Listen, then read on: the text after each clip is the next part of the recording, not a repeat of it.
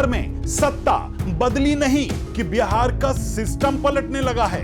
नीतीश सत्ता से आउट हुए नहीं कि उनके साथ उनके फैसले भी आउट होने लगे हैं। सम्राट चौधरी ने कुर्सी संभाली नहीं और पुराने आदेशों की फाइलें काटने लगे हैं। अब पटना में चर्चा यह नहीं है कि नया सीएम कौन है, चर्चा यह है कि बिहार में सत्ता का नया मॉडल कौन सा होगा।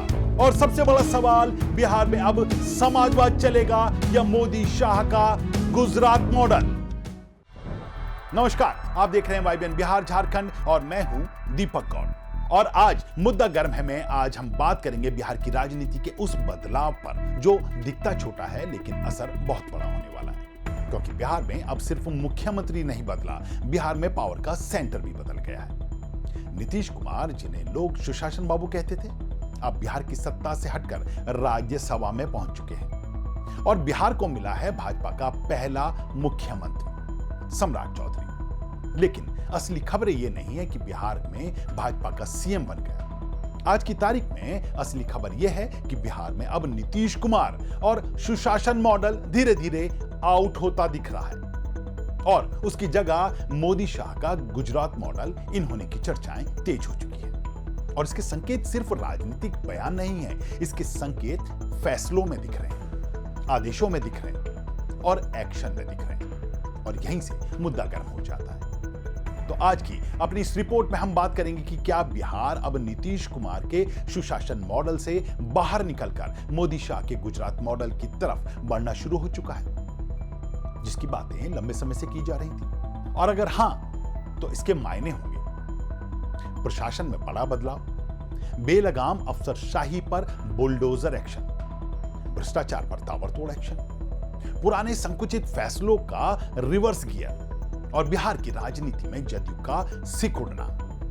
तो आज की इस रिपोर्ट में हम बताएंगे उन संकेतों को जो बताएंगे कि कैसे बिहार में बाहर के लिए अब भाजपा का गुजरात मॉडल बिहार में इन होगा।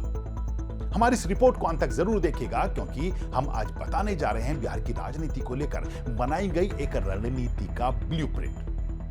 अपनी रिपोर्ट में हम आगे बढ़े इससे पहले अगर आपने अभी तक हमारे चैनल को सब्सक्राइब नहीं किया तो अभी कर लें और बेल आइकन का बटन दबाना ना भूलें। तो चलिए लौटते हैं अपने मुद्दे पर। देखिए, बिहार में जब कोई सरकार बदलती है तो आमतौर पर 1-2 महीने सिस्टम ठहर जाता है, लेकिन बिहार में जो हुआ वो उल्टा हुआ।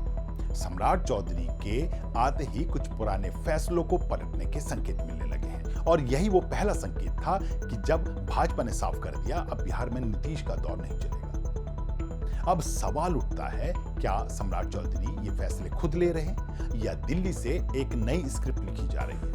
क्योंकि बिहार में सत्ता की कुर्सी पटना में है, लेकिन सत्ता का कंट्रोल सेंटर अब दिल्ली से होता हुआ नजर आ रहा है। अब ये छोटे मामले नहीं है। जब सम्राट चौधरी ने नीतीश कुमार के मुख्यमंत्री रहते हुए उनके और उनके डिप्टी सीएम विजय कुमार सिन्हा से जुड़े आदेशों को अब जाकर पलट दिया हो। अब अगर इन आदेशों की बात करें तो मुख्यमंत्री सम्राट चौधरी की अगुवाई वाली बिहार सरकार ने नगर विकास विभाग के उस विवादित आदेश को वापस ले लिया है जिसमें सेवा के दौरान प्रतियोगी परीक्षाओं में शामिल होने पर सख्त प्रतिबंध लगाया गया था। इस आदेश के तहत कर्मचारियों को सेवा के दौरान केवल एक बार ही प्रतियोगी परीक्षा देने की अनुमति थी। बहरहाल सम्राट चौधरी ने इस आदेश को वापस ले लिया है।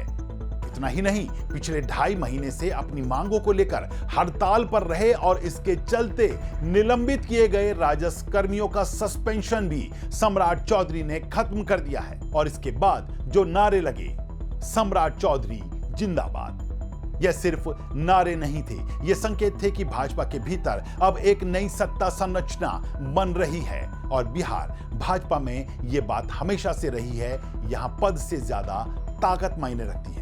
और सम्राट चौधरी अब खुद को सिर्फ सीएम नहीं बल्कि कमांडर साबित करने में लगे हैं।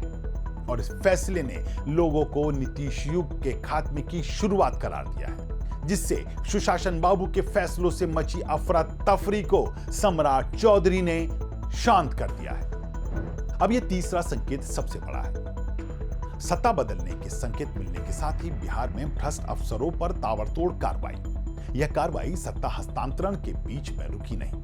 मसलन किशनगंज में पुलिस अफसरों पर भ्रष्टाचार में लिप्त होने का बड़ा खुलासा हुआ।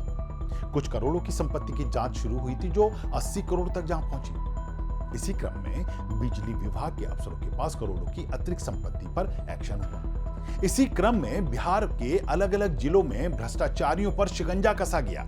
अब यह कार्रवाई बताती है कि बिहार में अब सिर्फ फाइलें नहीं चलेंगी, अब डंडा भी चलेगा।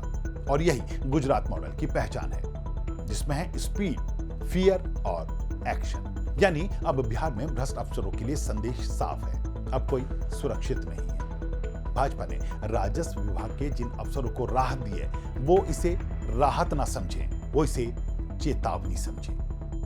अब आज की सबसे बड़ी खबर यही है कि सम्राट चौधरी दिल्ली गए।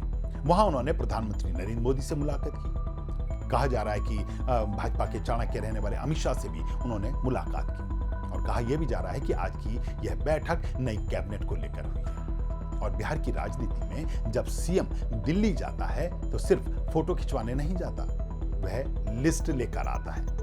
किसे मंत्री बनाना है, किसे हटाना है, किसे साइडलाइन करना है और किसे आगे बढ़ाना है। यानी बिहार में सरकार अब रीसेट मोड में जाती दिख रही है। और अगर कैबिनेट में बदलाव हुआ तो यह बिहार की राजनीति का सबसे बड़ा टर्निंग पॉइंट होगा। अब सबसे दिलचस्प मोड़ यहां आता है। भाजपा ने सीएम बना दिया, लेकिन जदयू अभी तक विधायक दल का नेता तय नहीं कर पाई। बैठक हुई सोमवार को, बिहार में इससे संबंधित एक बैठक हुई। सिर्फ 15 मिनट ये बैठक चल पाई और फैसला ये कि विधायक दल का नेता चुनने का अधिकार नीतीश कुमार को ही दे दिया गया। अब आप समझिए, जदयू खुद तय नहीं कर पा रही है कि पार्टी का चेहरा कौन होगा। और यही सबसे बड़ा संकेत है कि जदयू अब बिहार में सत्ता की पार्टी नहीं, सपोर्ट सिस्टम बनती नजर आ रही है। विजय कुमार चौधरी ने अपने नेताओं से कहा कि जनता के बीच जाओ और नीतीश के 20 साल के काम बताओ। मतलब जदयू को अब डर है कि अगर भाजपा ने विकास का नया नैरेटिव सेट कर दिया तो जदयू की पहचान खत्म हो जाएगी। देखिए, गुजरात मॉडल सिर्फ रोड, पुल और उद्योग नहीं है। गुजरात मॉडल का मतलब है अफसरशाही पर सख्त नियंत्रण। बिहार में अफसरशाही हमेशा ताकतवर रही है, लेकिन भाजपा मॉडल में अफसरशाही सरकार के नीचे रहती है। भ्रष्टाचार पर हाई वोल्टेज एक्शन, यही वजह है कि 40 दिन में कार्रवाई तेज हुई है। इंफ्रास्ट्रक्चर पर fast track, road, expressway, industrial zone, निवेश, और बिहार में सबसे बड़ी जरूरत भी यही है, अपराध और माफिया पर बुलडोजर स्ट्रेटजी।